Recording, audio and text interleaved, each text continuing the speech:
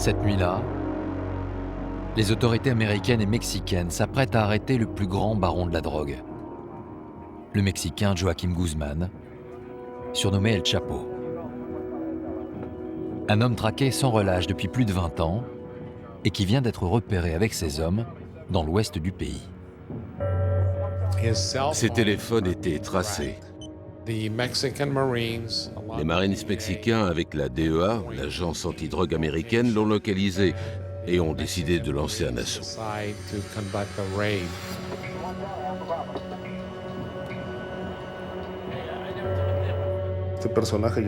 C'était l'une des personnes les plus recherchées au monde. Son cartel était considéré comme la plus grande organisation de narcotrafic. Il produisait 10 tonnes de cocaïne par mois. L'organisation d'El Chapo était basée sur la violence, l'intimidation et la corruption. C'est un psychopathe comme Pablo Escobar. Un homme capable d'autant de violence envers l'être humain ne mérite pas de vivre dans mon monde.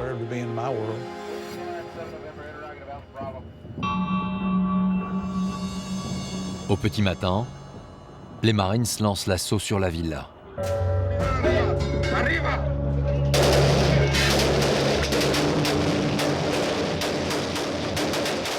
Une scène de guerre urbaine, comme le pays en connaît beaucoup depuis l'essor des cartels mexicains. Quand ils entrent dans la maison, l'enfer se déchaîne. Il y a des tirs d'armes automatiques qui transpercent la maison.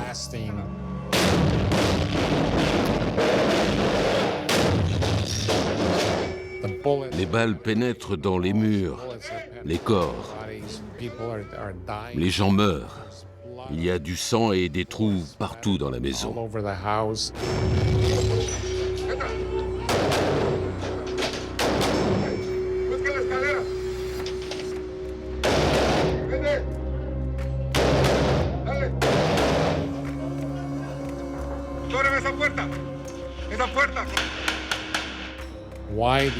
Pourquoi utiliser les Marines mexicains? Parce que les cartels avaient un armement militaire et ils voyageaient avec une grosse équipe de protection. Ces organisations sont très bien armées, bien plus que l'armée et la marine nationale.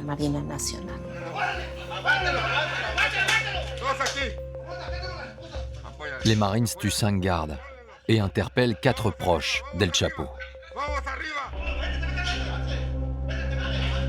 La colonne progresse dans la maison, mais le baron de la drogue reste introuvable.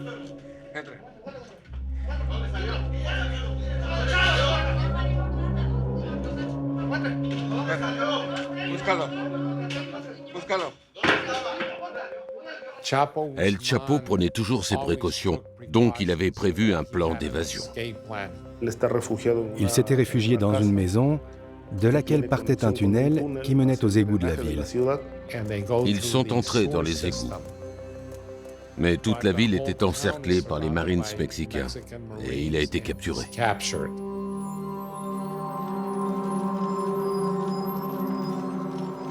Esta mañana, integrantes de las instituciones de seguridad lograron detener a Joaquín Guzmán Loera. Esta acción es resultado del trabajo permanente de valiosos elementos.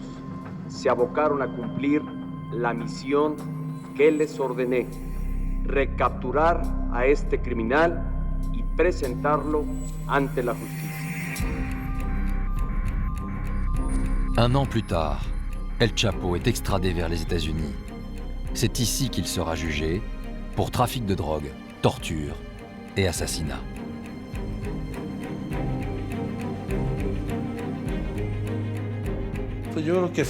Les Mexicains ont voulu envoyer un signal de coopération juste avant l'arrivée au pouvoir de Donald Trump aux États-Unis.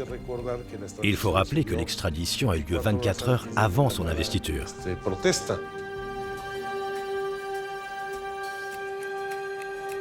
Durant son procès, El Chapo reste sous haute surveillance. Il est déjà l'auteur de plusieurs évasions au Mexique. Ce procès, c'est le procès du siècle. Pourquoi? Parce que c'est le plus grand trafiquant de drogue du monde. de l'histoire même. Depuis l'arrestation d'El Chapo, une dizaine de cartels se partagent le marché de la drogue au Mexique. Un trafic qui génère près de 20 milliards de dollars de profit et pour lequel les cartels s'affrontent très violemment. C'est la deuxième guerre la plus meurtrière dans le monde. Elle a déjà fait plus de 30 000 morts en 2018.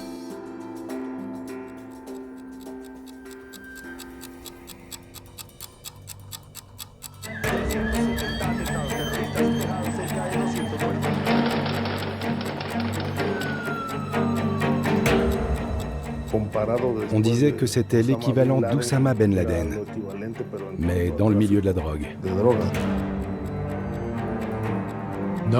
Personne n'a jamais réussi à s'échapper de là. Je prends ma radio et je crie « Vive la Colombie, Pablo Escobar est mort ». El cartel ha ocasionado una de las más sangrientas olas de violencia jamás vividas en el país. Siempre he asegurado que mi dinero no tiene vínculos con el narcotráfico. Il n'y avait pas assez de place dans les réfrigérateurs de la morgue de Miami.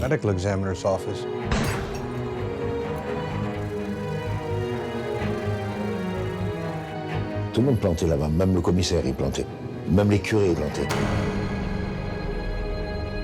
Toi, tu avais 5 kilos. Moi, j'avais 15 kilos. Et toi, combien tu avais? Moi, j'avais 30 kilos.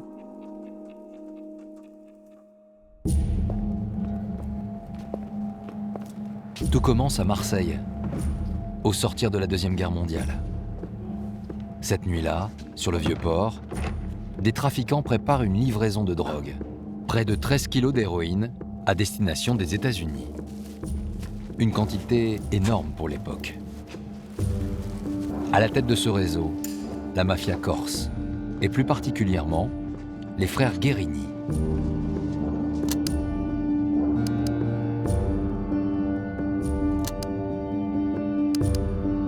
Les Guérini font partie de ces familles corses de la pègre qui sont très implantées à Marseille, qui donc ont une polyvalence d'activités criminelles. Dès les années 30, ils ont compris, comme une dizaine d'autres clans corses de l'époque, que celui qui rapporte le plus d'argent, c'est le trafic de drogue. C'est d'abord avec la prostitution que les frères Guérini ont fait fortune à Marseille durant l'entre-deux-guerres. Mais ils ont très vite trouvé un autre intérêt à la cité phocéenne. Son port international, propice au trafic, et en particulier à celui de l'héroïne, la nouvelle drogue à la mode. L'héroïne, c'était un truc que tout le monde faisait. Il fallait être là-dedans. Et si on n'était pas là-dedans, c'est qu'on avait des pots de saucisson devant les yeux. Il y avait pas mal de Corses, mais c'était ça ou garder les chèvres. Il y en a qui ont préféré faire de la cam. Les frères Guérini lancent leur trafic en toute sérénité, bénéficiant de solides protections politiques. Ils avaient fait la guerre de 40, et ils avaient eu pas mal de collections dans les politiques et tout ça. Ils avaient de très grosses touches avec la police. Non, ils étaient bien en place. Hein.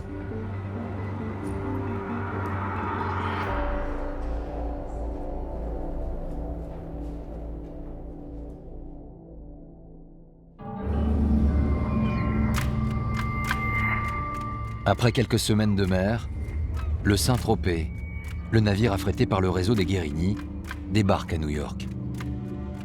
Mais les douaniers américains ont été informés de son arrivée et connaissent la nature de la cargaison. Ils fouillent entièrement le bateau et font leur première prise d'héroïne en provenance de France. Sur le Saint-Tropez, il y avait environ 13 kilos d'héroïne de qualité. Elle était planquée dans du linge et des serviettes, au milieu de marchandises légales. Dès les premières grandes livraisons d'héroïne aux États-Unis, les policiers américains commencent à être alertés. C'est-à-dire qu'ils se rendent compte que, quand ils saisissent une cargaison, d'une part, elle vient de Marseille, d'autre part, la plupart des trafiquants arrêtés sont des Corses, et qu'ils sont en maître de mèche avec la mafia de New York, avec la mafia sicilo-américaine extrêmement puissante. La signature, les ingrédients et les impuretés montraient le lien avec la French Connection. La French Connection, c'est le nom donné à ces premiers trafiquants français. Les Américains les ont identifiés, mais au lieu de les traquer, ils vont chercher à les utiliser.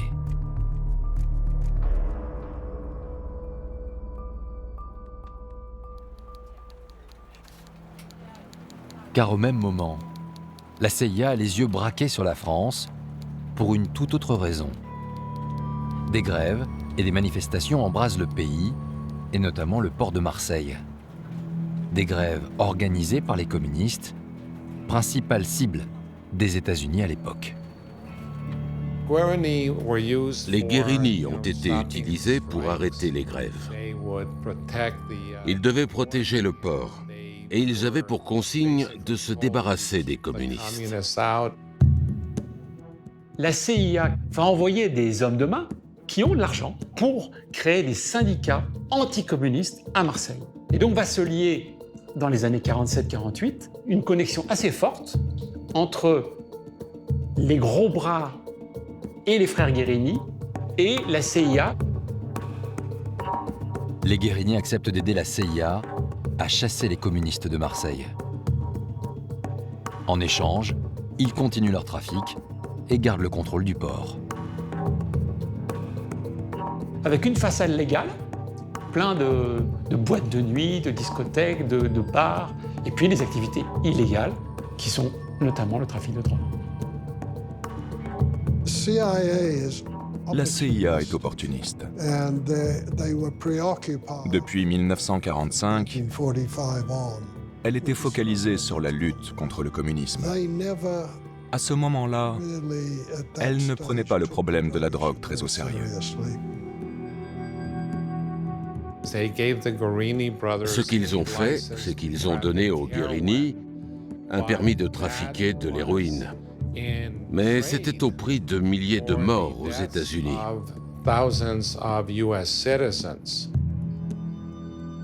Pendant 2 décennies, les Guérini et leurs partenaires de la French Connection s'enrichissent grâce à l'héroïne et jouissent d'une certaine impunité en France. Mais dans les années 70, le vent va tourner.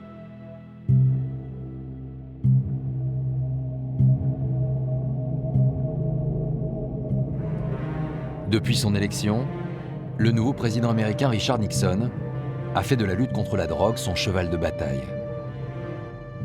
Ce jour-là, il s'apprête à prononcer un discours en ce sens devant le Congrès. Nixon était inquiet à propos de la drogue et de l'héroïne en particulier. D'abord parce que ce trafic engendrait de la délinquance. C'était une vraie préoccupation des politiques et de l'opinion publique, mais aussi parce que pendant la guerre du Vietnam, les soldats américains étaient devenus accros à l'héroïne. Et à ce moment-là, il a déclaré la guerre à la drogue. War on drugs. America's public enemy number one in the United States is drug abuse. In order to fight and defeat this enemy, it is necessary to wage a new all-out offensive. I have asked the Congress to provide the Pour legislative Nixon, authority la France est le principal fournisseur de cette drogue qui fait des ravages aux États-Unis. Et il ne cesse de le répéter au président Pompidou par la voie diplomatique. Comme ils ont établi que 80% de l'héroïne qui arrive aux États-Unis passe par la France, évidemment, ils vont mettre la pression sur la France de Georges Pompidou. Le directeur du bureau américain des narcotiques est même venu tenir des propos incendiaires dans un journal provençal. Il dénonce l'inaction et la complicité des autorités françaises.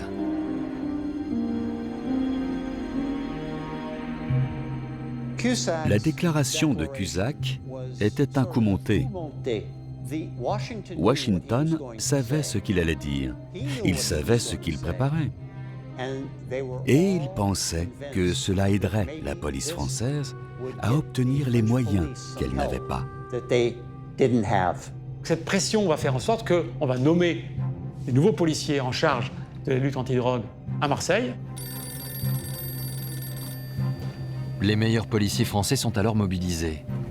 Ils viennent tous de Paris pour éviter toute collusion avec le milieu marseillais. Jacques Thibault, de la brigade criminelle, fait partie de cette équipe de choc envoyée à Marseille. Je suis dans mon bureau. À peine quelques minutes après mon arrivée, le téléphone sonne et « Allô, monsieur Thibault, j'envisage de partir à Marseille entouré de 10 fidèles soldats dont vous feriez partie. » Et patron, moi les stupes, je connais pas. Il dit nous non plus et on connaîtra sur place. Ben, je lui dis banco, ok, on descend sur Marseille.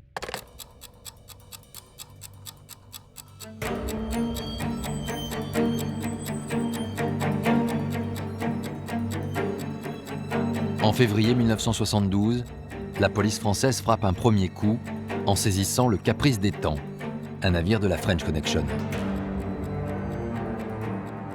Ils ont sondé le bateau, ils se sont rendus compte qu'il y avait une cache, il y avait une plaque de ciment, ils ont cassé la plaque de ciment et là ils ont trouvé 400 kilos d'héroïne.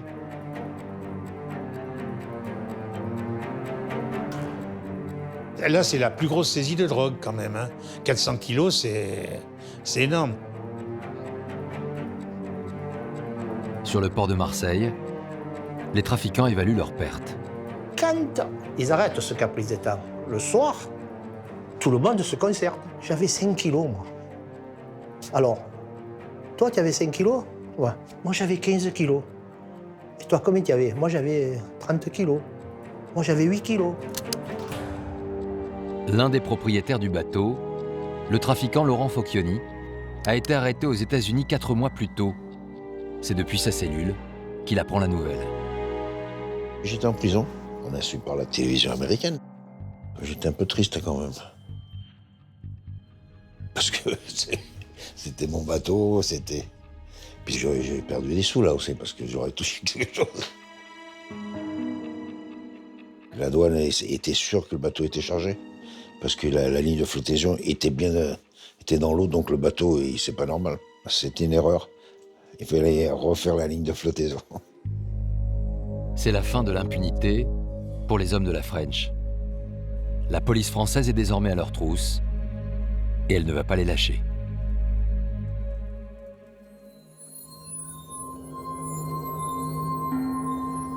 Un mois plus tard, la brigade marseillaise s'apprête à arrêter un homme d'une importance capitale pour les trafiquants. Le chimiste Joseph Césari, le meilleur fabricant d'héroïne, made in France. Joe Césari, c'était un brave mec. Moi, je l'ai respecté, je l'aimais beaucoup. C'était un très bon chimiste. La meilleure canne qui sortait, c'était celle qui était fabriquée par Césari. Elle était pure et pas coupée du tout, quoi. Les sachets qui arrivaient en Amérique avaient une couleur de scotch qui indiquait l'origine. On savait que c'était celle de Césari. Le chimiste a été localisé dans un laboratoire clandestin. La police est prête à intervenir. Les laboratoires, ils étaient bien cachés dans la région de Marseille. Vous savez, souvent dans des villas, tout à fait anodines, avec des gens qui étaient totalement passe-partout.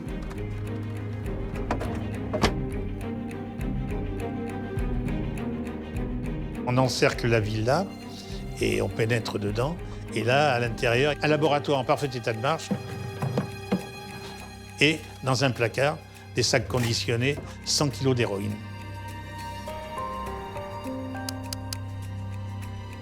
Le chimiste n'a pas le temps de s'enfuir. Son arrestation va mettre à mal tous les trafiquants qui dépendent de sa marchandise. Pour Laurent Focchioni, détenu aux États-Unis, cette arrestation marque la fin de la French. Il risque gros s'il attend en prison. Alors, il décide de s'évader. Il m'avait donné un travail dans un couloir. On passait la machine là, pour faire briller. Il y avait cette porte-là. Je me suis amusé à prendre l'empreinte de la porte avec de la mie de pain. Et avec ça, j'ai fait les clés. Avec ses fausses clés, il monte un plan d'évasion avec d'autres détenus et finit par passer à l'action. Ce jour-là, je suis resté plus de 15 minutes pour ouvrir la porte. Je croyais que je n'allais pas pouvoir l'ouvrir. sûrement le stress, c'est pas moi. Et voilà, on a passé les portes.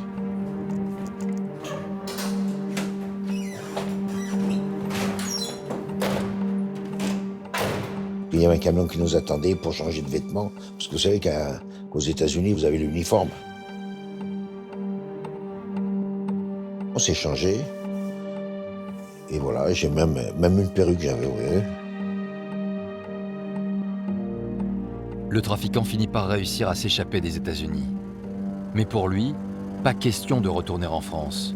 Sa cavale, il la fera en Amérique du Sud, où une autre drogue est en train de devenir populaire, la cocaïne. Le pilote devait nous emmener au Mexique. Et au dernier moment, il a dit non, au Mexique, je ne peux pas vous emmener, mais si vous voulez, je vous emmène en Colombie. Qu'un bout tu veux, mais emmène-nous le plus rapidement possible.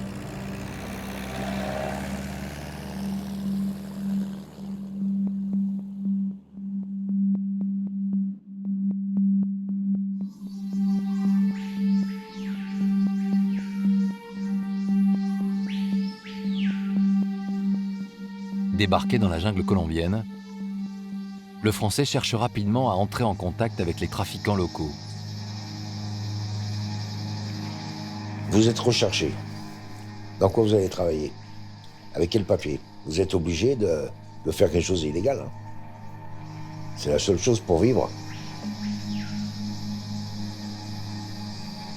J'ai été avec un ami à moi qui était chimiste et tout. Et il m'a mené, il m'expliquait, j'ai appris avec lui tout ça. Et ça me plaisait. Donc je me suis mis dans la cocaïne. Je m'amusais tous les soirs. Il n'y avait pas de télévision, pas de radio, rien du tout. Puis j'avais la matière première, hein, sous la main. Donc tous les soirs, je m'amusais à faire ci, à faire ça, je trouvais des trucs.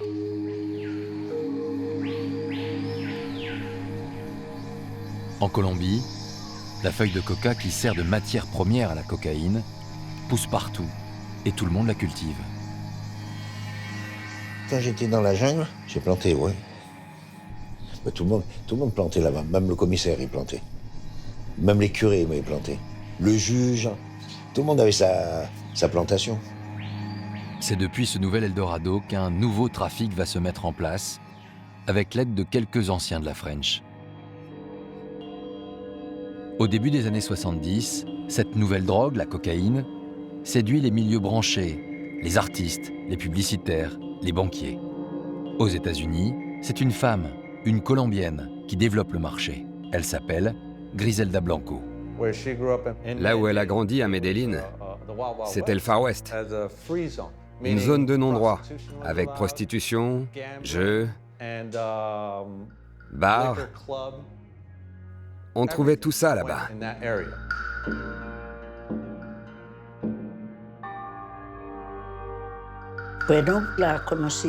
Je l'ai connue avant qu'elle n'entre dans le narcotrafic. Elle a dû beaucoup se battre pour sortir de la pauvreté.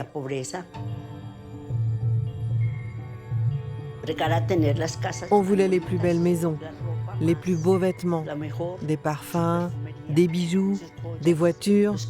On voulait posséder, posséder, posséder. Griselda Blanco est installée à New York depuis 1968. Implantée dans le Queens, le quartier des Colombiens, elle y développe son trafic. On l'appelle la pionnière de la cocaïne, parce que quand elle a commencé à cheminer de la cocaïne dès 1972, il n'y avait pas beaucoup de demandes.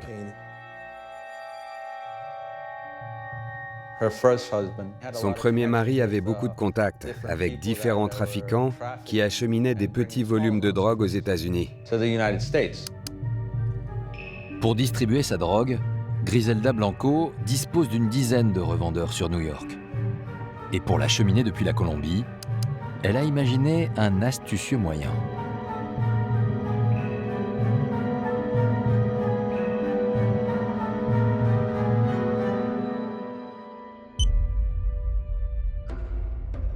La drogue est transportée par avion sur des lignes régulières, dissimulée sur des passagères insoupçonnables.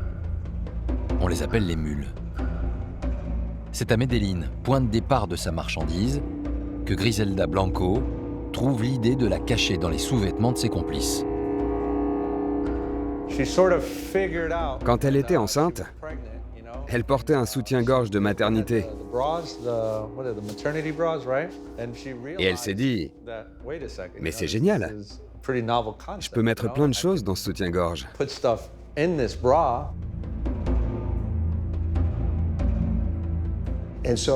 Et donc, quand une mule portant ce soutien-gorge arrivait à New York, elle avait l'air très naturelle. Et cela la stressait moins, parce qu'elle avait l'impression de passer inaperçue. Ça leur permettait d'attirer moins l'attention et de faire passer un plus gros volume de drogue. En Colombie, une dizaine de mules travaillent pour elle. Et elle n'a aucun mal à recruter. Ici, en Colombie, les femmes ne sont pas bien rémunérées. Donc, quand on leur propose de récupérer la drogue et de la faire passer aux États-Unis, en échange de beaucoup d'argent, elles acceptent sans réfléchir. Et c'est parti.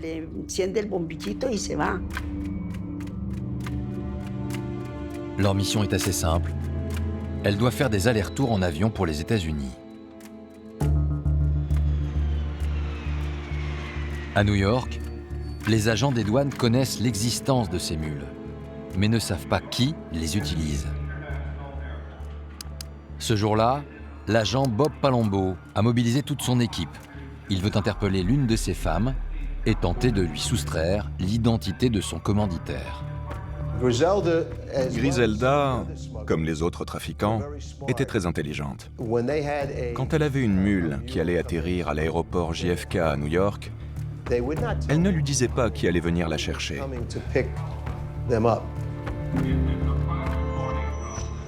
Donc, quand nous arrêtions une mule, même si elle acceptait de coopérer, elle ne pouvait rien nous dire, à part « Je suis censé aller à cet hôtel et attendre ».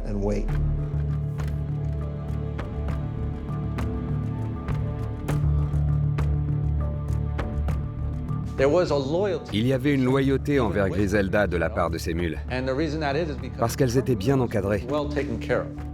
Si quelque chose leur arrivait, elles savaient que leur famille en Colombie serait prise en charge.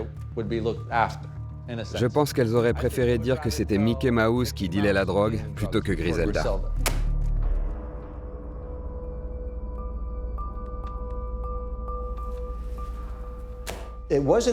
Jusqu'à ce que Carmen et Gloria Cabane commencent à nous révéler la hiérarchie de l'organisation.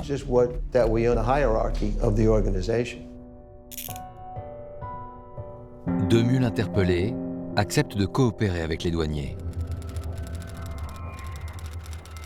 Et elles finissent par citer le nom de Griselda Blanco.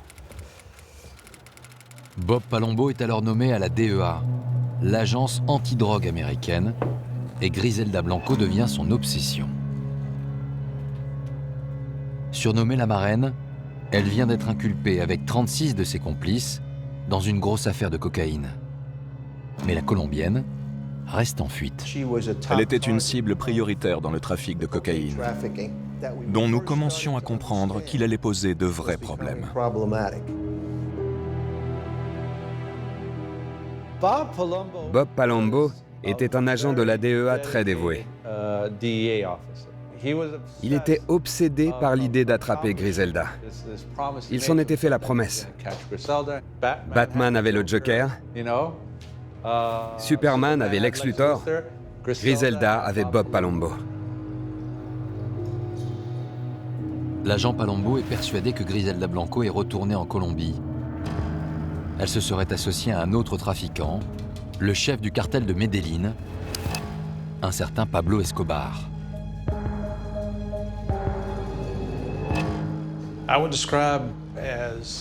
Je le décrirais comme un psychopathe. Quelqu'un de très charismatique qui incitait les gens à faire ce qu'il leur demandait. À 14 ou 15 ans, il disait que s'il n'avait pas $1 million à l'âge de 20 ans, il se suiciderait. Pablo Escobar a fait fortune à 26 ans, grâce à d'importants réseaux de contrebande et à une police locale corrompue. Pablo a réussi à créer toute cette organisation en gagnant une vraie crédibilité. Tout d'abord, il gérait bien son argent, il obtenait des crédits, il les remboursait toujours avant la date butoir. Ça lui a permis de gagner une réputation de bon payeur et de bâtir son immense fortune. Mais après sa rencontre avec Griselda Blanco, il décide de se lancer dans la cocaïne. Pablo Escobar a pris contact avec Griselda Blanco. C'est elle qui l'a conduit au trafic de cocaïne. Quand la demande a vraiment augmenté, c'est Pablo Escobar qui a pris le relais et développé une nouvelle méthode pour acheminer de plus gros volumes de drogue dans notre pays.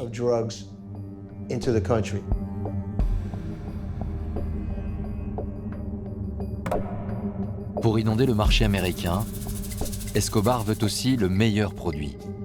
Pour cela, il fait appel à un ancien de la French, qui commence à se faire une petite réputation en Colombie, le chimiste Laurent Focchioni. J'ai rencontré un peu bizarrement Pablo Escobar. Vous arriviez, dans la première pièce, il y avait 200 ou 300 personnes, pour passer jusqu'à son bureau.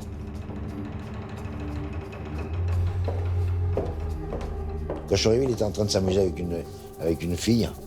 Il m'a fait attendre 2 heures. Je suis presque envie de me lever et de m'en aller.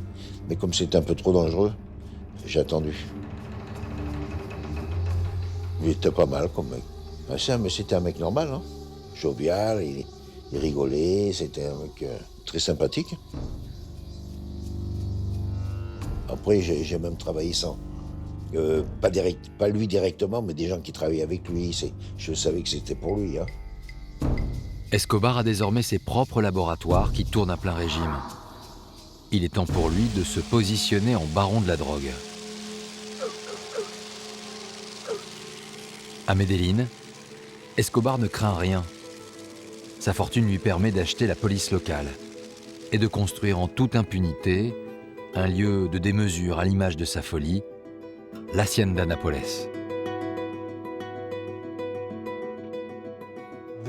La maison était magnifique. Il y avait une belle piscine devant, des bungalows partout, une piste d'hélicoptère, la télévision satellite. Dans différentes parties, des rivières traversaient la propriété. Le roi de la cocaïne s'est acheté 3000 hectares au sud-est de Medellín pour se construire ce véritable royaume. 6 piscines, 27 lacs artificiels, entourés par une flore et une faune exotiques importées d'Afrique.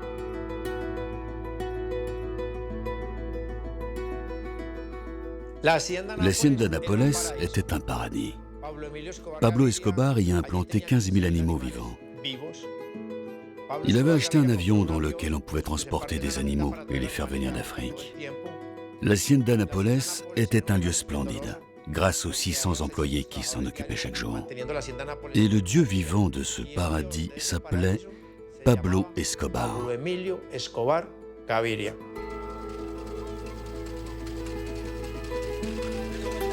Escobar a grandi dans les quartiers pauvres de Medellín. Et il veut désormais afficher son insolente réussite.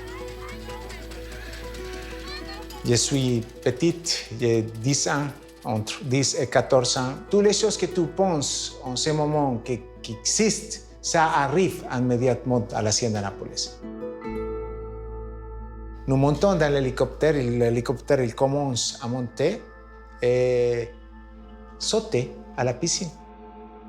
Ça, c'est, quand je suis petit, ça, c'est le jeu préféré que j'ai fait avec tous les enfants de la famille Escobar Gaviria.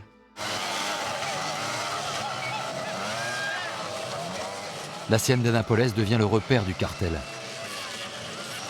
Et ils en profitent pour narguer impunément les autorités américaines impuissantes. On entendait parler de soirées qui pouvaient durer 5 jours d'affilée. Il amenait des groupes de musique différents toutes les 3-4 heures, des prostituées, tout ça en avion. Il y avait environ 1 kilo de cocaïne sur chaque table. Je dirais que c'était la vitrine de Pablo Escobar. Il était très fier de son hacienda, d'y inviter des gens et de montrer sa richesse. Ça fait cliché, mais c'est quelque chose que l'on ne voit normalement qu'au cinéma.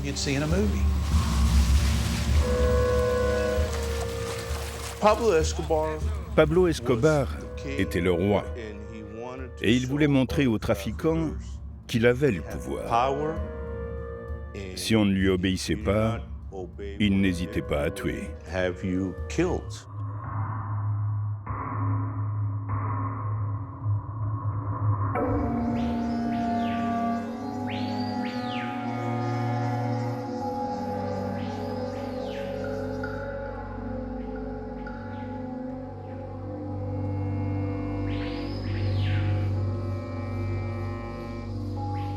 Je me souviens de panneaux dans les laboratoires disant « Si je vous attrape en train de consommer le produit, je vous tue ».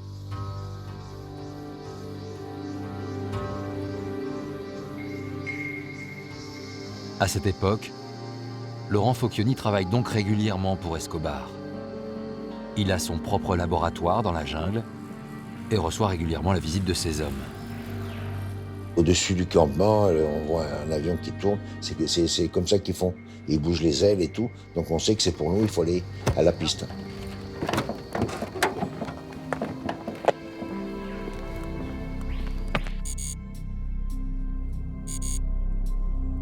Pour acheminer la drogue aux États-Unis, le cartel a acheté une toute petite île au large de Miami, Norman's Cay. Elle devient sa plateforme de transit entre la Colombie et la Floride. Cette île jouait un rôle très important pour le trafic de cocaïne, parce que beaucoup d'avions arrivant de Colombie pouvaient y atterrir. En fin de semaine, des centaines de petits voiliers ou de yachts arrivaient de Miami pour récupérer la cocaïne. Il n'y avait ainsi aucun contrôle de douane à passer. Les embarcations accostaient près d'une plage et on y chargeait la cocaïne.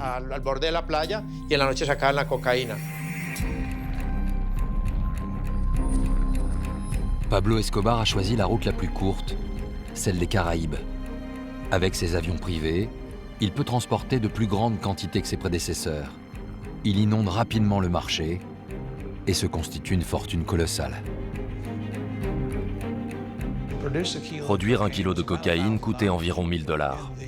Dans les années 80, dans le sud de la Floride, 1 kilo de cocaïne se vendait pour 80 000 $. Au départ, la cocaïne a commencé à entrer aux États-Unis par Miami. Ça a commencé avec 5 kilos, puis 100, jusqu'à ce qu'on parle en tonnes. Aux États-Unis, Pablo a développé la cocaïne à un niveau industriel, en termes de transport et de distribution, comme personne ne l'avait fait auparavant. Il a inondé notre pays avec sa cocaïne. À un moment, il détenait au moins 80% du marché aux États-Unis. Une réussite insolente qui suscite la convoitise des autres trafiquants. À commencer par celle qui a initié Escobar à la cocaïne, Griselda Blanco, de retour aux États-Unis après sa mise au vert colombienne. C'est une assassine, elle adorait faire tuer les gens. Pour n'importe quoi, pour le plus petit truc. Avec la Griselle, on ne passait pas à côté. On tuait n'importe qui, sous n'importe quel prétexte. Il suffisait d'un rien pour se faire tuer.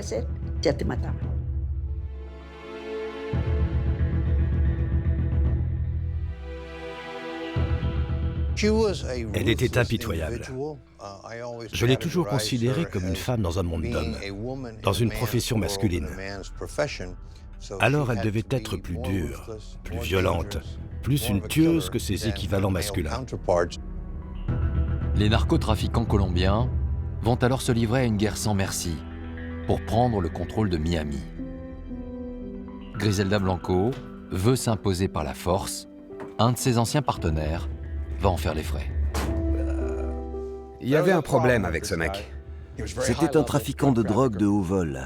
Elle lui devait beaucoup d'argent. Mais il y avait aussi de l'animosité entre son organisation et la sienne. En l'éliminant, elle éliminait aussi sa dette.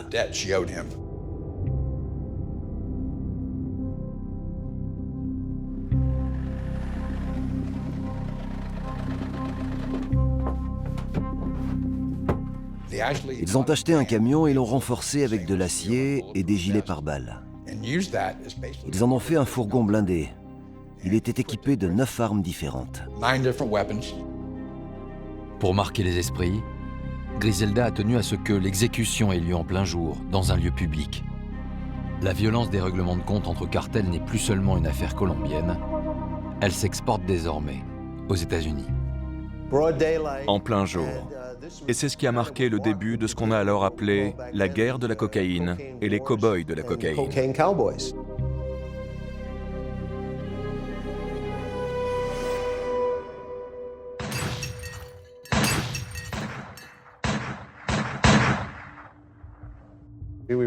On était très traditionnels, vous savez. En Colombie, on se comportait comme des cow-boys qui se tiraient dessus pour la cocaïne. Et là, on avait amené ça dans les rues américaines. Sauf que pour ces règlements de compte, nous n'étions pas sur des chevaux, mais dans des voitures au carrefour.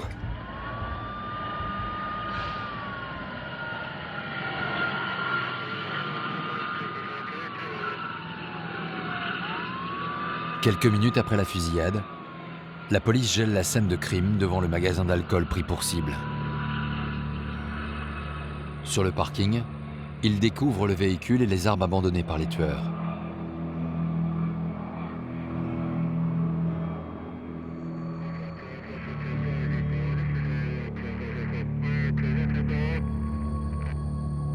À l'intérieur, les corps du trafiquant et de son homme de main gisent à même le sol.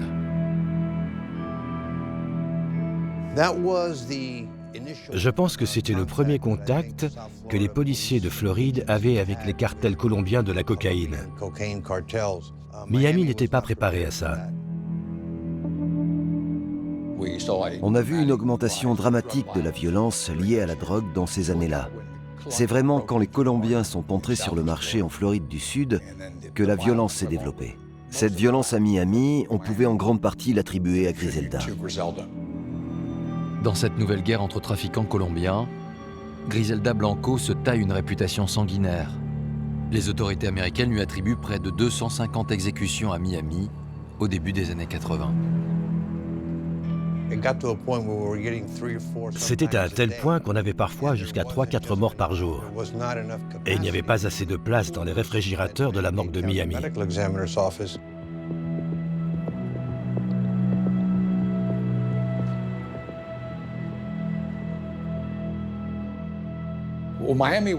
Miami faisait la couverture du Times avec le titre « Paradis perdu ».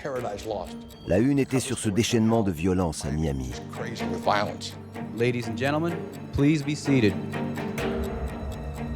En 1982, le nouveau président américain Ronald Reagan ne supporte pas l'idée de cette violence importée d'Amérique du Sud. Il met alors tout en œuvre pour éradiquer le trafic de drogue en Floride. Et c'est ainsi que tout le sud de la Floride était envahi d'agents venant du FBI, du Bureau de lutte contre le trafic d'armes et de l'agence antidrogue. Nous avons eu droit à des ressources que nous n'avions jamais eues avant. The South Florida Task Force has been a clear and unqualified success. Since its inception, drug-related arrests in the area covered by the task force are up 27%. Drug seizures are up about 50%. The amount of cocaine by 56%. And the street value of all these drugs is estimated at more than an incredible $3 billion. L'argent de la drogue a fait Miami à cette époque. L'argent était blanchi dans les entreprises, les banques, et ces banques prêtaient l'argent à ceux qui investissaient dans des appartements, des résidences, des commerces. La skyline de Miami a été construite comme ça. Une ville construite grâce à l'argent de la drogue, des trafiquants qui s'entretuent en plein jour, la Floride s'est transformée en Far West et Griselda Blanco est devenue l'ennemi public numéro 1.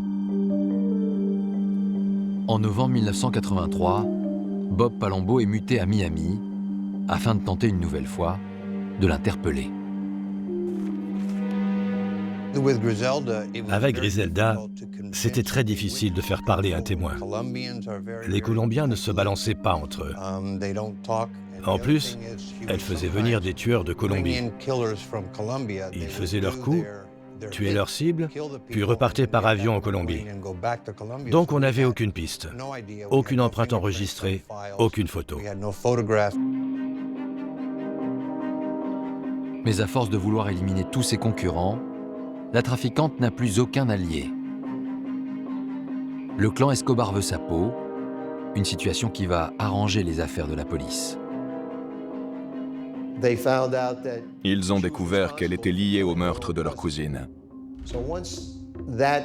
Du coup, ils étaient tous après elle. Même ses propres hommes de main lui en voulaient d'avoir fait ça.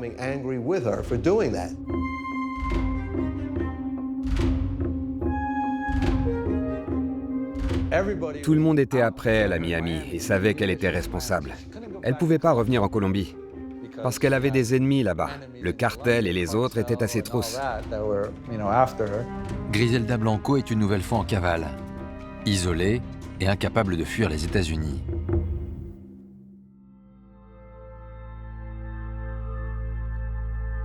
Bob Palumbo, lui, ne tarde pas à retrouver sa trace. Elle est allée en Californie, à Newport Beach. C'est là qu'étaient installés ses fils. Elle avait besoin de s'entourer de gens qui allaient la protéger et qui parlaient assez bien anglais pour pouvoir l'aider au quotidien. En Californie, la trafiquante veut relancer ses affaires. Mais coupée de son réseau colombien, elle cherche de nouveaux partenaires, une occasion rêvée pour l'agent Palumbo.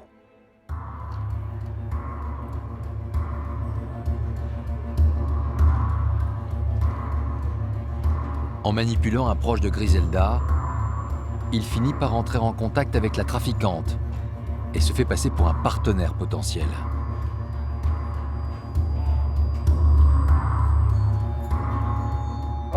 Un ancien employé de Griselda, un mécanicien en qui elle avait confiance. Elle allait lui donner de l'argent. L'informateur organise un rendez-vous discret avec la trafiquante dans un hôtel. Bob Palumbo est là, planqué dans le hall, et découvre enfin le visage de cette femme qu'il traque depuis plus de 10 ans. C'était la première fois qu'un policier américain la voyait physiquement. Elle était déguisée. Elle avait une tête complètement différente de celle des photos qu'on avait vues. Elle ressemblait à une femme au foyer américaine, avec une perruque blonde. Elle portait une robe élégante. Et quand elle a marché vers nous, on ne l'a pas reconnue. On était assis sur un canapé au milieu du hall de l'hôtel. On était très excités. On savait qu'il fallait monter un dossier solide contre elle. On avait du mal à rester calme parce qu'on voulait vraiment la coincer.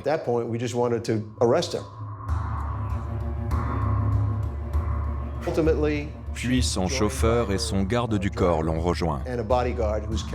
Il portait un sac marron. Ils sont tous allés dans la chambre.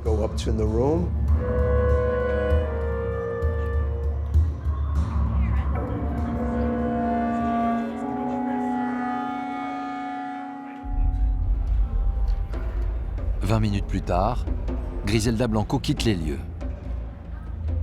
Le policier rejoint alors l'informateur dans la chambre.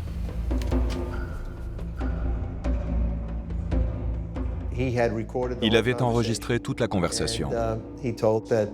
Elle lui a dit qu'elle dirigeait toujours le trafic. En fait, il y avait un demi-million de dollars dans le sac marron.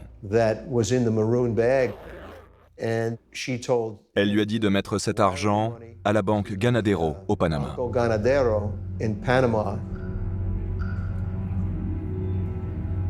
L'étau se resserre autour de Griselda Blanco.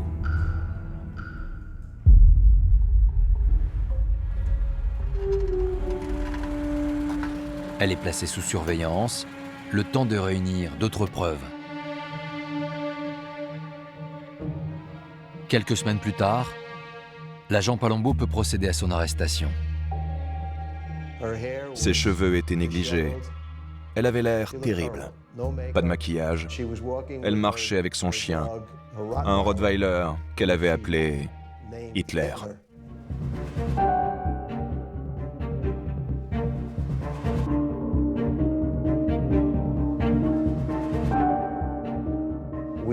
On est allé à la porte d'entrée, la porte de derrière. On a fait ce que l'on appelle une vérification de sécurité pour être sûr qu'il n'y avait aucun homme armé. On est allé à l'étage vers les chambres. On a localisé la sienne. Elle était dans son lit, en train de lire la Bible.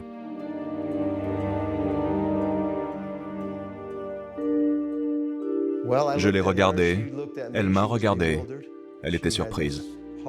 Elle avait cet horrible regard qui disait qu'elle avait compris que le destin avait finalement frappé à sa porte et qu'il était l'heure pour elle d'être arrêtée. Je lui ai dit « Bonjour Griselda ». Elle m'a dit « Non, non, je m'appelle Betty ». Je lui ai dit « Non, je ne pense pas ». Et j'ai marché vers elle. Nous l'avons aidée à se lever. Puis je l'ai embrassée sur les deux joues. Et elle m'a regardé, assez perplexe. Griselda Blanco est condamnée à 20 ans de détention aux États-Unis. Mais la police américaine n'en a pas fini avec les trafiquants colombiens.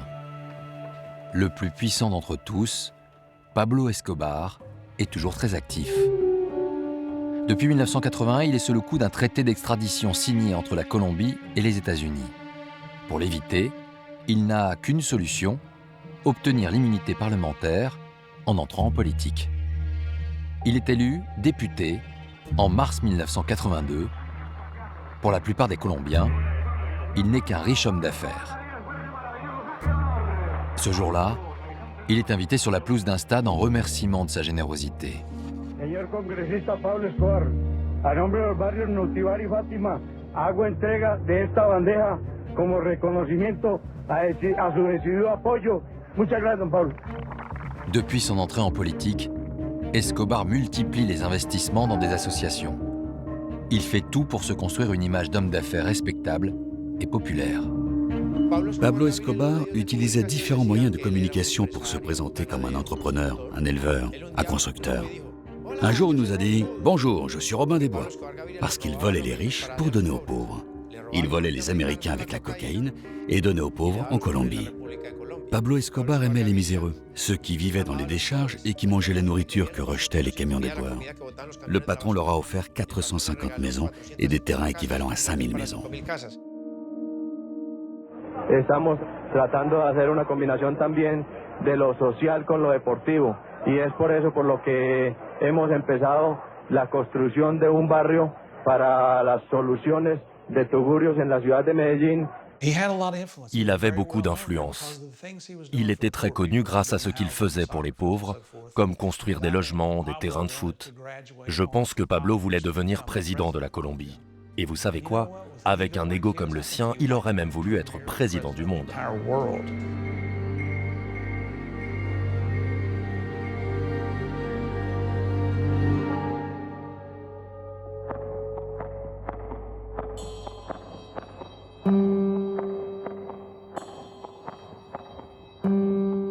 Escobar se croit intouchable.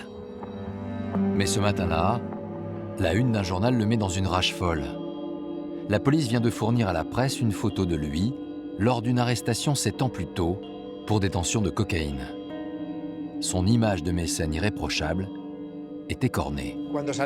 Quand la photo est sortie, le patron nous a envoyé acheter tous les journaux et menacer tous ceux qui les distribuaient. Tous ceux qui vendaient ce journal dans la région d'Antioquia étaient menacés d'exécution. Escobar essaie d'étouffer le scandale, mais il est trop tard. Son nom sera désormais associé au trafic de cocaïne.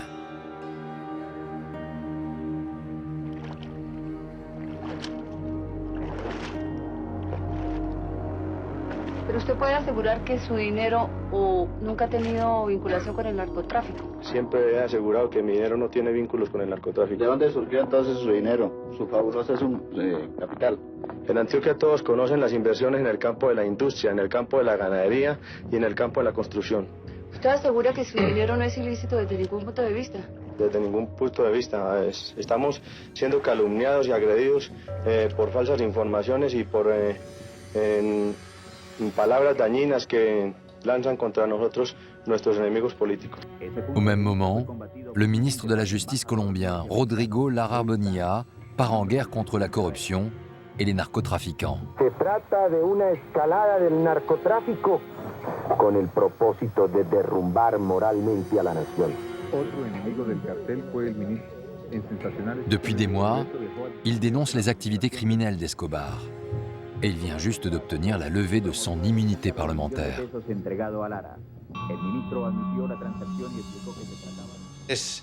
Il a été humilié en plein Congrès par le ministre Bonilla.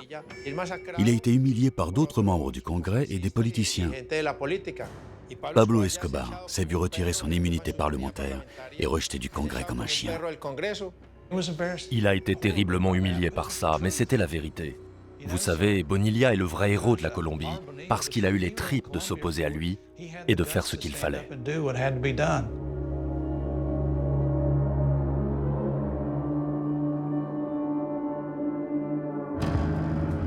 Le ministre a Escobar dans sa ligne de mire, et il est déterminé.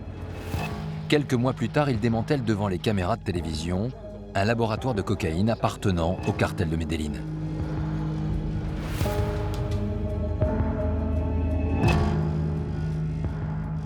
Esta es una operación que ha tenido un resultado inmejorable y que hay que abonársela a la Policía Nacional y a las Fuerzas Armadas y que da una idea de la dimensión del problema del narcotráfico en el país.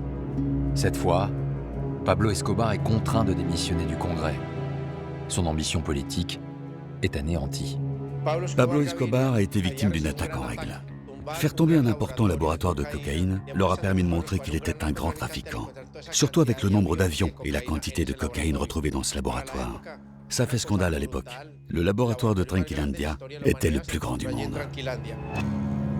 Puisqu'il n'est plus respecté par les politiques colombiens, Pablo Escobar a décidé de les traiter comme ses concurrents. Pablo Escobar était le roi de la rue. Il s'est donc mis à parler avec le langage qu'il connaissait le mieux, les balles. Il a ressorti son slogan « Plato o lomo », de l'argent ou du plomb. Vous voulez de l'argent en billet ou vous voulez une balle de plomb? Les gens le savaient, c'était quelqu'un d'effrayant, vous savez. Il n'hésitait pas à tuer.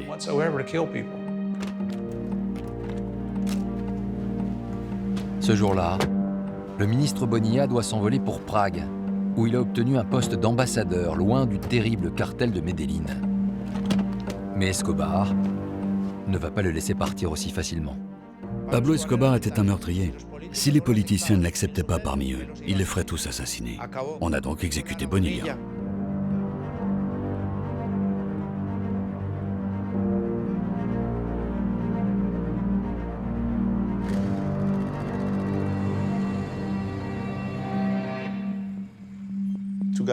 Deux hommes sur une moto lui ont tiré dessus.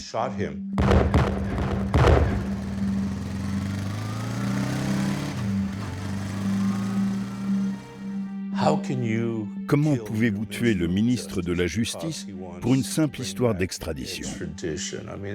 C'est quelque chose que l'on n'avait jamais vu avant. L'assassinat du ministre de la Justice choque la société colombienne. Désormais, seul contre tous, Pablo Escobar bascule dans l'ultraviolence et déclare la guerre au gouvernement.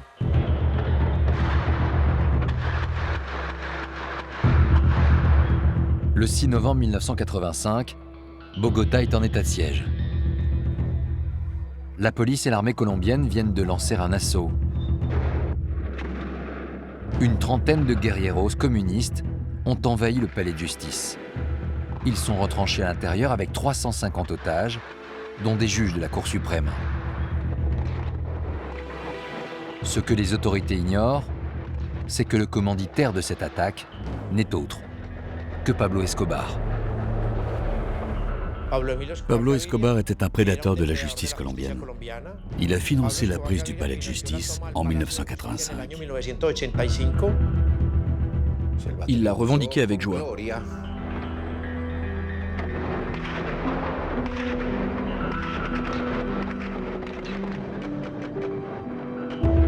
Il a payé un groupe de guérilleros pour lancer l'attaque. Ils y sont allés et ils ont tout incendié. Mais leur objectif prioritaire, c'était de détruire la salle d'épreuve qui contenait tous les documents à charge contre Escobar.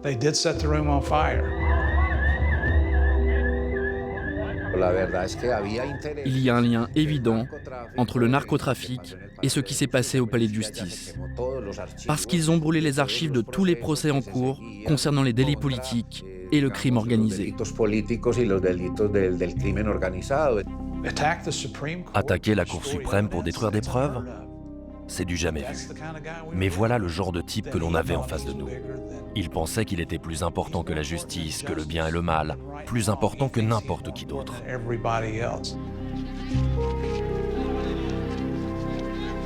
L'affrontement va durer plus de 24 heures.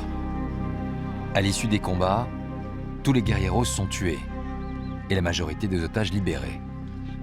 Mais le bilan est lourd, une centaine de morts. Parmi eux, 11 magistrats.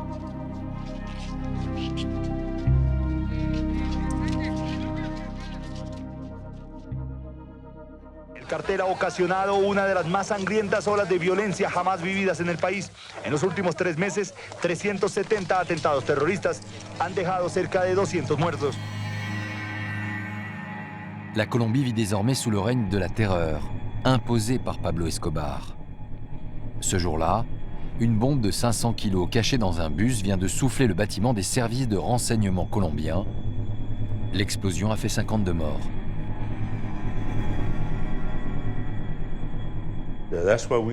C'est pour ça qu'on considère Pablo Escobar comme l'inventeur du narcoterrorisme. Nous n'avions jamais vu des voitures piégées avant. Personne n'avait vu ça de la part de narcotrafiquants. On a commencé à voir fleurir des mises à prix sur les têtes des policiers. Plusieurs centaines de dollars pour un policier tué par un sicario. On estime entre 10 à 15 000 le nombre d'innocents tués. Et beaucoup sont morts parce qu'ils étaient au mauvais endroit, au mauvais moment. Pendant ce temps, les trafics continuent et la cocaïne fait toujours des ravages aux États-Unis. Les Américains font de Pablo Escobar leur nouvelle cible prioritaire. Javier Peña, un agent de la DEA, est envoyé en Colombie. Tous les efforts ont commencé à se concentrer sur Pablo Escobar. La Colombie et les États-Unis ont créé un programme commun, appelé Tête pensante. Et c'était super parce que les États-Unis ont fourni à la Colombie beaucoup d'informations qui venaient d'Europe sur le cas d'Escobar. Dès son arrivée en Colombie, la DEA frappe fort. Des cargaisons de drogue sont saisies, de grosses sommes d'argent sont confisquées et plusieurs hommes d'Escobar arrêtés. Le baron de la drogue se sent menacé par les Américains, alors il va tenter un coup de poker.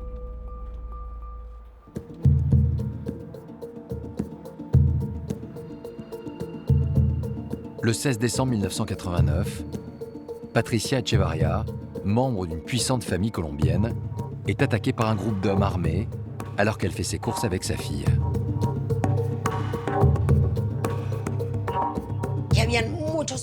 Il y avait beaucoup d'hommes. Ils nous ont dit « Ceci est un enlèvement politique. C'était pour l'extradition. Si le gouvernement n'arrête pas l'extradition, nous vous tuerons.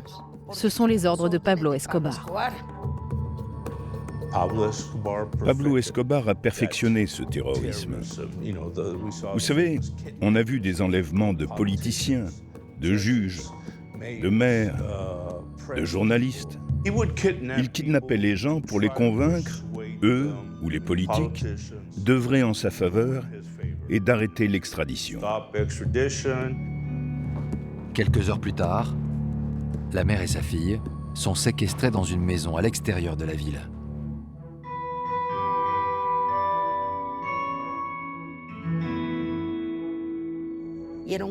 C'était une chambre de fillettes, avec les murs roses. avec des dessins de petites filles. Et on savait que nous étions proches d'un aéroport, car nous entendions les avions. Ils ne nous ouvraient pas la fenêtre. Elle était fermée. Il y avait un rideau devant. On ne pouvait jamais voir dehors du coup. Jamais. Elles vont rester enfermées 1 mois dans cette chambre, jusqu'à ce que les ravisseurs viennent les voir.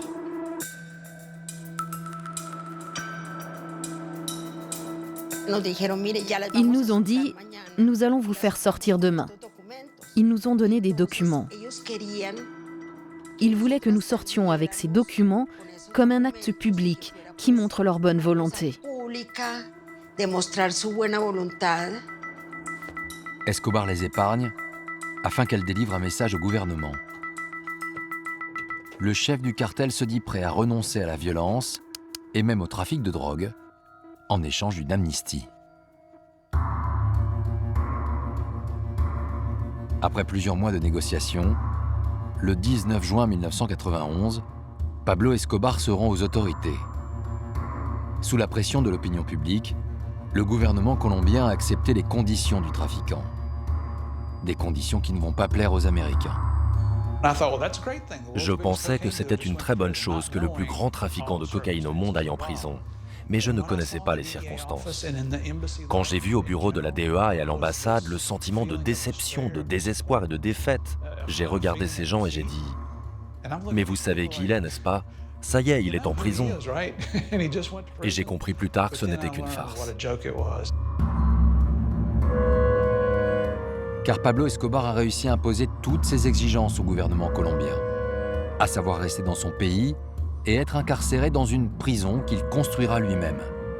Une prison, ou plutôt un nouveau quartier général pour le cartel de Medellín.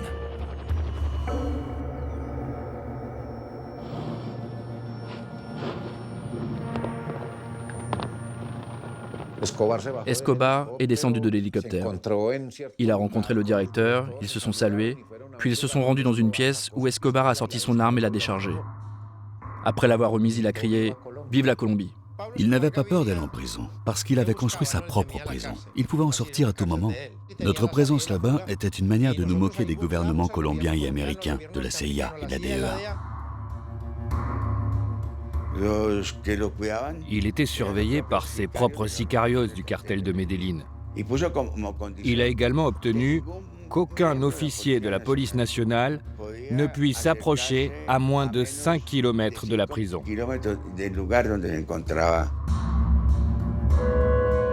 Surnommée la cathédrale, cette prison nichée dans les montagnes et surplombant Medellín n'est rien d'autre qu'un hôtel de luxe. La cellule du patron avait une cheminée, une cuisine. Elle avait aussi une salle à manger, un bureau, une garde-robe, un jacuzzi.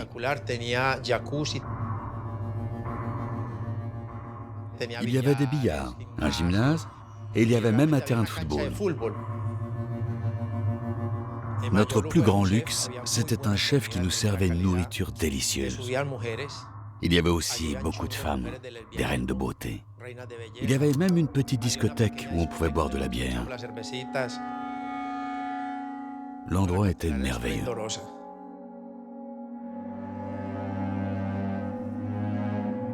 Depuis sa cathédrale, le prisonnier Escobar gère son empire. L'argent, les exportations de drogue, mais aussi les assassinats. Nous avons tué des partenaires de Pablo Escobar qui l'avaient trahi. Nous les avons torturés et brûlés à l'intérieur de la prison. Pour le gouvernement colombien, c'est une violation des accords passés avec Escobar. Il sera donc transféré dans une vraie prison. L'armée est envoyée à la cathédrale, mais Escobar alerté n'est déjà plus là. Quand des hommes ont encerclé la cathédrale, le patron a décidé de partir et on est parti pendant la nuit. Quand on a reçu l'appel cette nuit-là, vous savez quoi? J'étais content, très content qu'il se soit échappé. Pourquoi? Parce que ça nous donnait une nouvelle chance de l'attraper.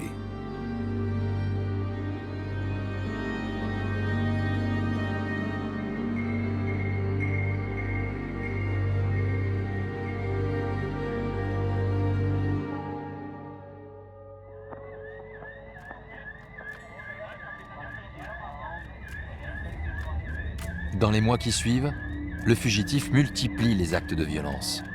À distance, il ordonne l'assassinat de tous ceux qui se mettent en travers de sa route.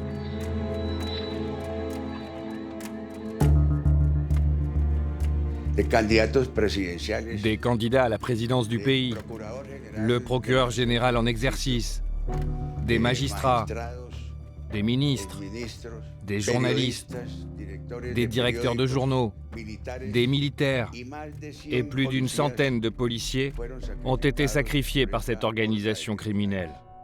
Face à cette situation, le gouvernement national a créé le bloc de recherche. Le bloc de recherche est une unité d'élite dédiée à la traque d'Escobar.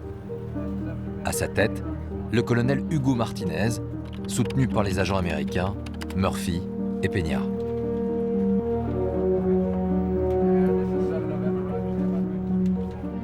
C'étaient des pros. Ils nous ont aidés en nous fournissant des informations et des moyens. Plus de 800 personnes ont témoigné. Il y avait des récompenses allant jusqu'à 5 millions de dollars. Donc on échangeait ces informations avec le bloc de recherche. Javier et moi, nous avons décidé de vivre avec ces gars. Nous allions manger, boire avec eux, souffrir et affronter les mêmes difficultés, les mêmes dangers. Enfin, peut-être pas autant qu'eux. C'était très organisé. Le colonel Martinez était un très bon chef. L'activité du bloc, c'était 24 heures sur 24.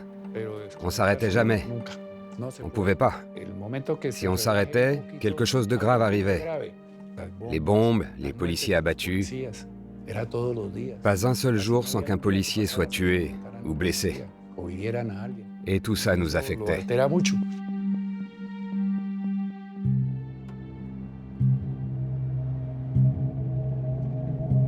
Après des mois d'écoute, de filature et d'interrogatoire, les hommes du bloc finissent par retrouver la trace d'Escobar.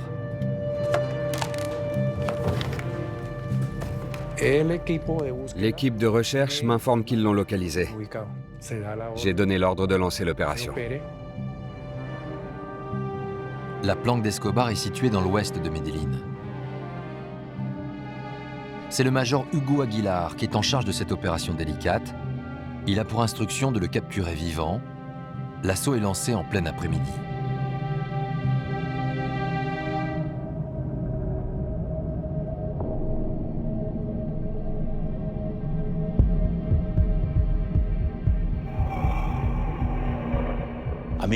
Mes mains ont commencé à s'engourdir à cause de la peur, mais on ne pouvait plus faire marche arrière. On entre discrètement, on vérifie le salon, rien. On vérifie la cuisine, la chambre de bonne. Pablo Escobar était au téléphone, on pouvait entendre sa voix.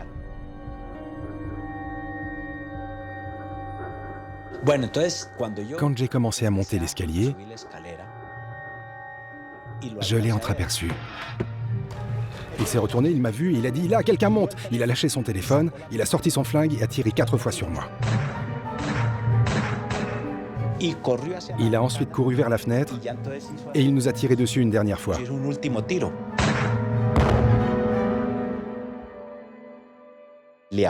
J'ai visé ses côtes, j'ai tiré en plein cœur et il a disparu sur le toit.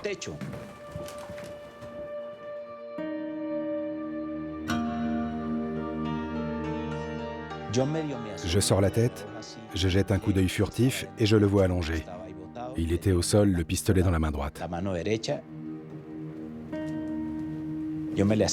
Je m'approche de lui en le pointant avec mon flingue. J'écarte son flingue avec la pointe du pied. On me demande si c'est Pablo Escobar, je confirme. Je prends ma radio et je crie « Vive la Colombie, Pablo Escobar est mort !»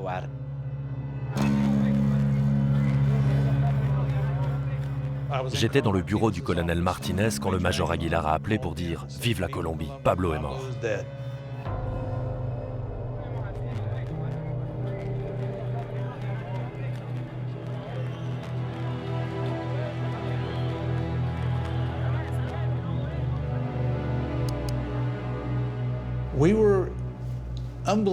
Nous étions incroyablement heureux, parce que cette chasse à l'homme était enfin finie.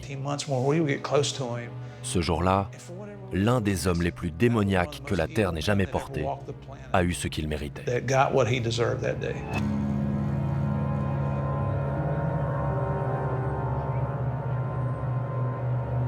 Le plus grand trafiquant de cocaïne est mort. Mais cela suffira-t-il à endiguer le trafic de drogue international?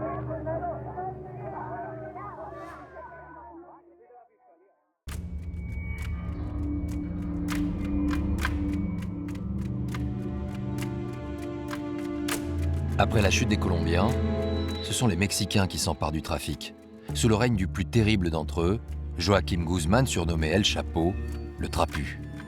Il a grandi dans la région pauvre et oubliée de Sinaloa, proche de la frontière américaine.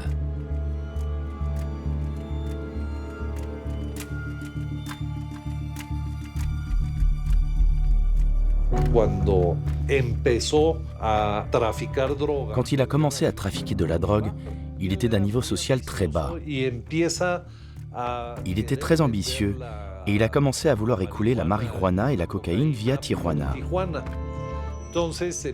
Il voulait devenir un leader. Dans les années 80, El Chapo est recruté par le plus grand parrain mexicain. Et c'est lui qui va avoir une idée révolutionnaire pour acheminer la drogue vers les États-Unis, construire des tunnels sous la frontière. Chapo Guzman était connu comme le roi des tunnels. Ces tunnels avaient des systèmes d'aération, de la lumière et grâce à eux, il pouvait acheminer des tonnes de cocaïne et d'autres drogues aux États-Unis.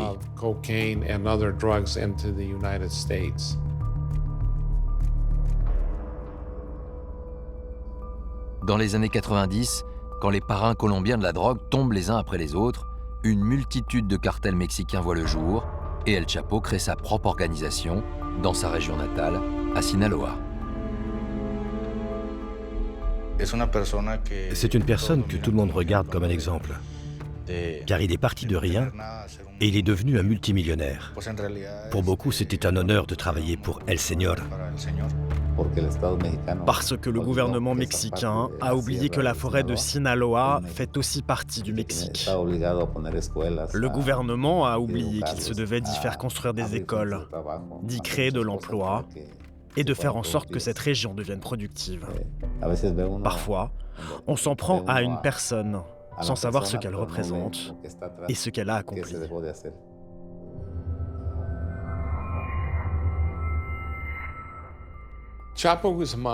El Chapo a commencé à être dans le radar de la DEA après la formation du cartel de Sinaloa. Et on a établi en 1993 qu'il avait 5 tonnes de cocaïne stockées au Guatemala avec des milliers de kalachnikovs importés illégalement.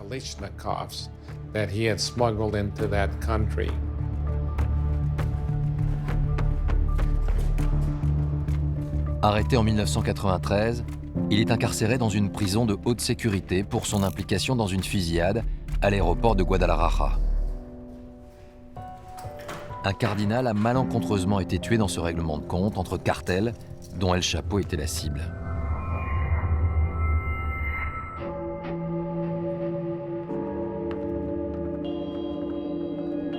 Face aux menaces de ses concurrents, la prison de Puente Grande est devenue son refuge. El Chapo achète les gardiens et les dirigeants de la prison. Il est ici chez lui, à l'abri, et décide de tout.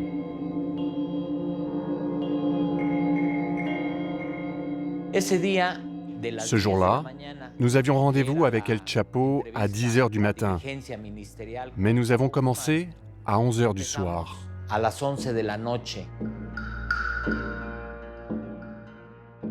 Il nous a proposé de boire quelque chose, si nous voulions un rafraîchissement ou un café, des chips, un sandwich. Je lui ai demandé « Pourquoi commençons-nous à cette heure-ci » Et très calmement, il m'a répondu « Aujourd'hui, j'ai eu une visite conjugale. Après ma visite, je suis allé au hammam.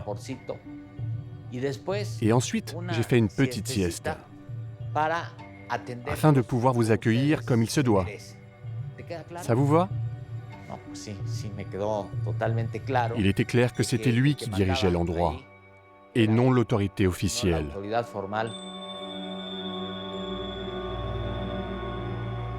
El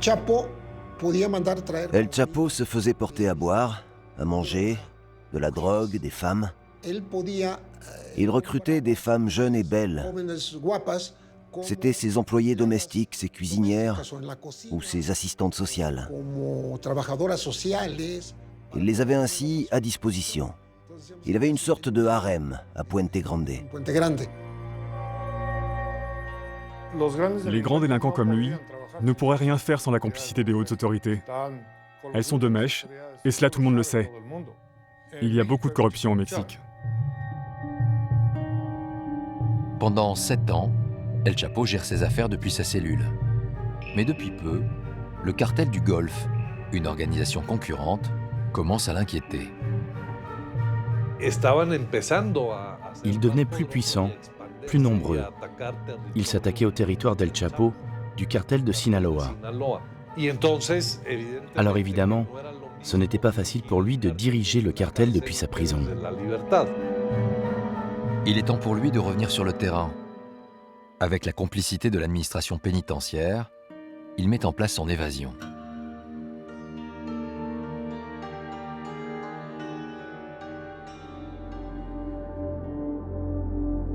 Quelques mois plus tard, El Chapo est de retour dans son ranch. À ses côtés, le directeur de la prison de Puente Grande. Il a démissionné quelques mois avant l'évasion d'El Chapo pour ne pas être impliqué. Il était déjà à son service. Et lorsqu'il a démissionné, il a quitté la prison pour entrer directement au service d'El Chapo. Sans perdre de temps, El Chapo lance une opération pour reconquérir son territoire. Mais il ignore que le cartel du Golfe est devenu très puissant.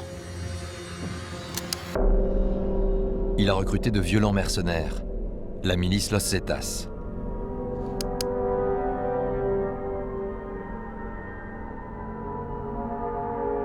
C'est véritablement la création d'un groupe criminel qui a une mission de servir de bras armés, de servir de sous-traitants armés. C'étaient des militaires professionnels. Donc les gens d'El Chapo ont été massacrés. C'étaient des petits membres de gangs face à des soldats d'élite. Et ils les ont tous achevés. Il ne s'agit plus là de petits affrontements entre gangs. C'est une guerre sans limite qui s'annonce et la flambée de violence va s'étendre à tout le pays. Vous allez avoir un recrutement de déserteurs, pas d'anciens militaires, de déserteurs. Vous avez même des recrutements qui se font par voie d'affiches que j'ai vu placardés sur le périphérique de Mexico City. Tu es soldat mexicain, tu n'es pas considéré par tes chefs, tu manges mal, tu es maltraité, rejoins-nous. On leur propose des soldes ou des payes tellement énormes qu'ils ne peuvent pas y résister.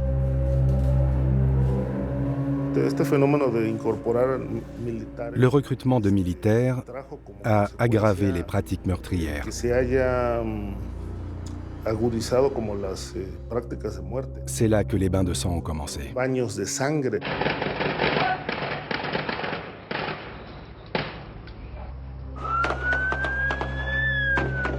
En 2006, le nouveau président mexicain Felipe Calderón se retrouve à la tête d'un pays totalement déstabilisé par la guerre des narcotrafiquants.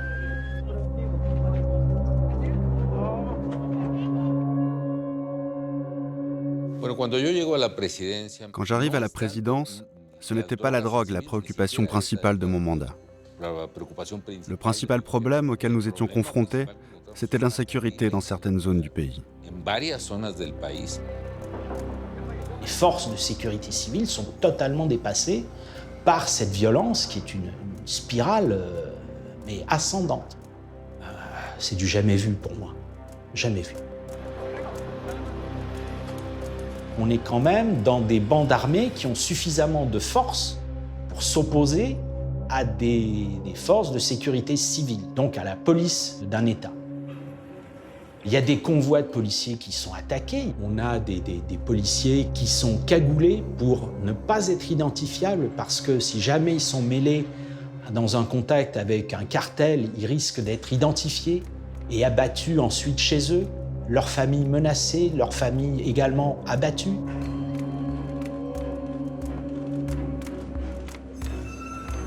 Pour le président mexicain, il est donc urgent de réinstaurer l'ordre dans le pays.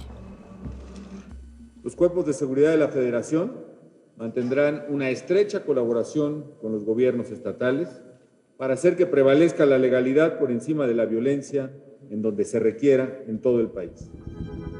Estamos decididos a recuperar la seguridad en toda región que se vea amenazada por la delincuencia y el crimen organizado.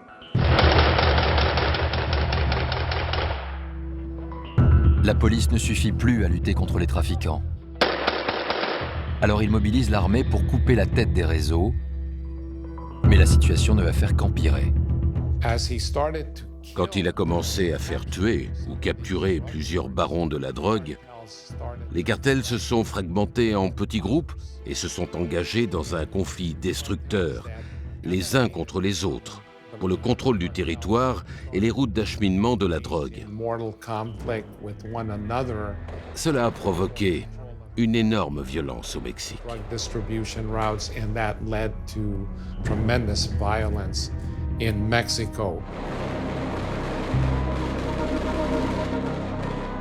Le plan Calderón vire au fiasco. Dans tout le pays, la violence redouble et le trafic d'armes explose.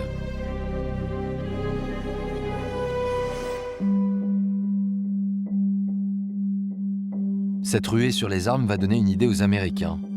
En septembre 2009, l'ATF, le bureau chargé de contrôler l'alcool, le tabac et les armes, lance l'opération Fast and Furious pour tendre un piège aux trafiquants mexicains. Fast and Furious était une opération dans laquelle on facilitait la vente sur le marché civil d'AK-47, de fusils et de pistolets aux hommes des cartels mexicains. L'idée était de pouvoir ensuite les tracer.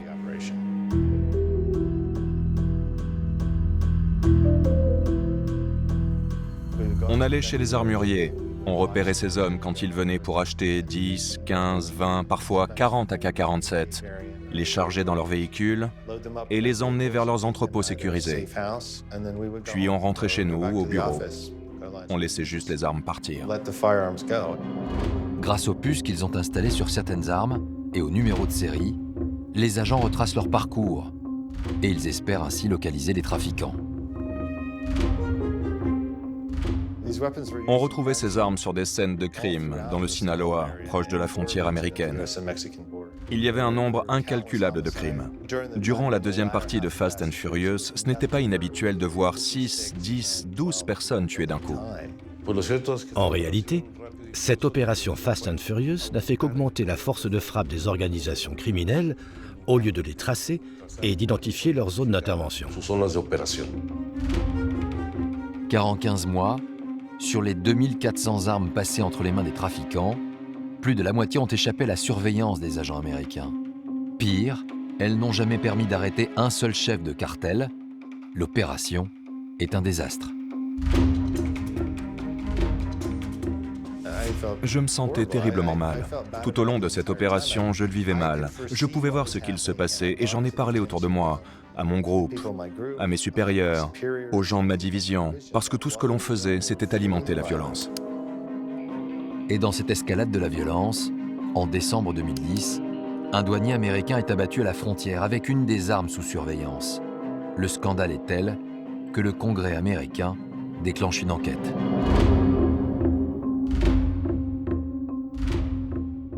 December 15th of 2010, Brian Terry is murdered with weapons found at the scene that came from Fast and Furious. Allowing guns to walk, whether in this administration or the prior one, is wholly unacceptable.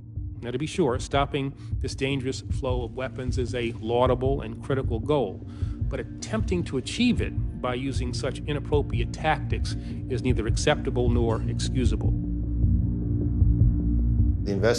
L'enquête du Congrès a mis en lumière l'opération Fast and Furious. C'est comme ça que le gouvernement mexicain l'a découvert, et cela a créé un contentieux diplomatique entre le Mexique et les États-Unis. Ce fut une opération désastreuse menée par les États-Unis. Mon gouvernement exigeait des États-Unis qu'il arrête ce trafic d'armes à destination des criminels mexicains. Pendant ce temps, les affaires d'El Chapo prospèrent. Il est désormais multimilliardaire. Son organisation distribue de la drogue sur toute la planète, et notamment en France. Il fournit entre 60 et 70% des drogues consommées aux États-Unis. Et il est présent dans au moins 40 autres pays. Donc, il est bien plus puissant que ne l'était Pablo Escobar.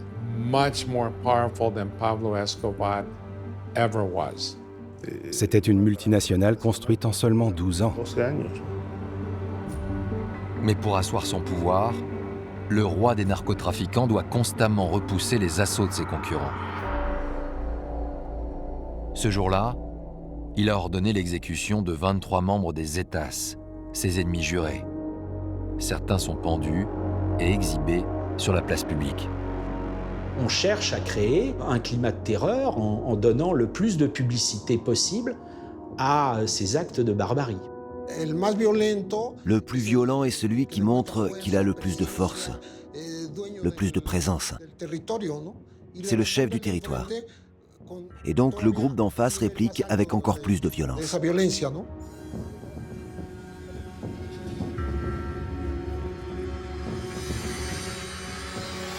9 jours plus tard, les médias sont prévenus par un coup de téléphone anonyme. Les Zetas ont répliqué. 49 corps décapités sont retrouvés au bord d'une route. Une autre pratique est devenue très à la mode. La décapitation. La décapitation comme instrument de terreur pour faire régner la peur chez les rivaux et dans les institutions d'État. Et après la décapitation, on est passé au démembrement des corps. Vous avez également d'autres stratégies, c'est-à-dire la disparition pure et simple de la personne. Donc vous allez avoir des gens qui vont être enterrés dans des tombes clandestines ou dans des charniers. Et puis vous allez avoir on parle beaucoup de hauts fourneaux. On parle également de pozzoleros, ces fameux marmitons qui vont faire disparaître les corps des victimes dans des mélanges chimiques. En quelques années, le Mexique est devenu le pays le plus meurtrier au monde, derrière la Syrie. Et pour les autorités, un homme est responsable de tout cela. El Chapo. On disait que c'était l'équivalent d'Oussama Ben Laden, mais dans le milieu de la drogue. Oussama Ben Laden était l'homme le plus recherché au monde, l'ennemi public numéro 1 des États-Unis. Lorsqu'ils l'ont abattu, le suivant sur la liste, c'était El Chapo Guzman. En février 2014, après 13 ans de cavale, El Chapo est enfin interpellé par les autorités mexicaines. Cette fois, il est immédiatement transféré dans une prison de haute sécurité.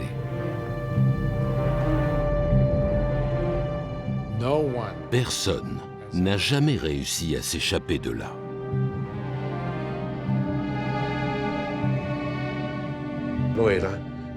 Il y avait un système de surveillance spécial 24 heures sur 24. Il y avait des caméras dans sa cellule et dans tout le périmètre.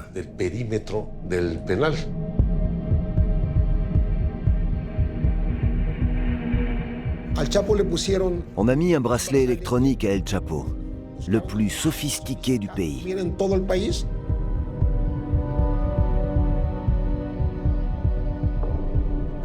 El Chapo a dit au directeur de la prison « Mettez-m'en 2 si vous voulez ».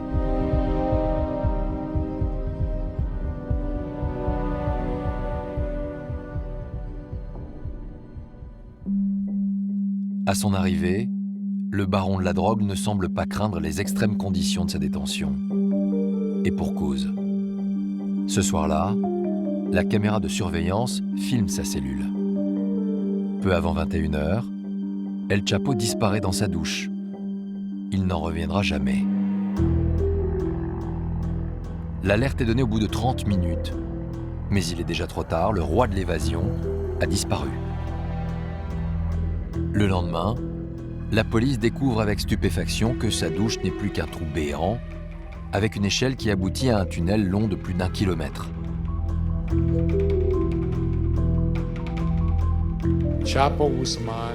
Chapo Guzman est allé prendre sa douche. Il est descendu par une échelle de bois. Il est monté sur une moto. Il a traversé le tunnel sur un rail jusqu'à une maison en construction.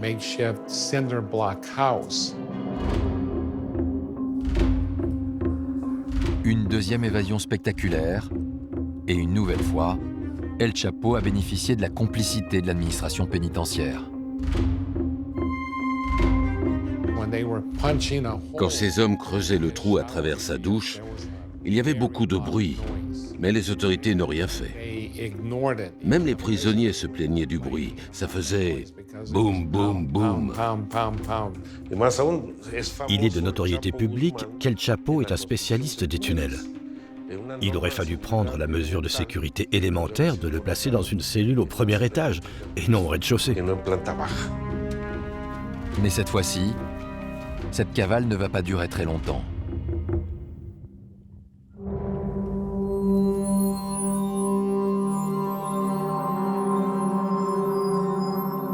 Six mois plus tard, El Chapo est arrêté et extradé aux États-Unis pour y être jugé.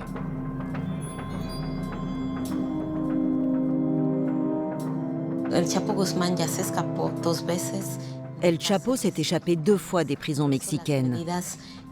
Donc les mesures prises dans sa prison à New York sont extrêmes.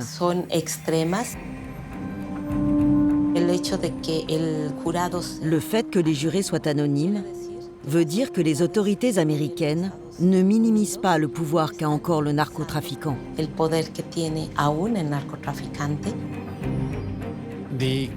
La capture d'El Chapo était une grande victoire morale pour le Mexique et les États-Unis.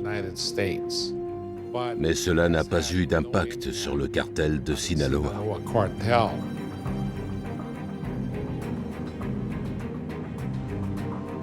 Quel que soit l'avenir judiciaire d'El Chapo, une seule certitude. Le cartel de Sinaloa et ses concurrents vont continuer à prospérer. Couper la tête d'un cartel n'a jamais été une solution. Quand vous arrêtez un chef, il y a 5 lieutenants très bien entraînés, très disciplinés, qui vont à leur tour devenir chefs. Il y aura peut-être des luttes entre eux et des guerres, peut-être une dilution du pouvoir, mais le business ne cessera pas. Le flot de drogue ne se tarira pas, la production non plus. Et bien sûr, les consommateurs continueront d'obtenir leurs produits. Le président Bill Clinton et le président Bush, et spécialement le président Obama, ont eu au moins l'honnêteté de reconnaître que le problème de violence au Mexique avait son origine dans la consommation de drogue aux États-Unis.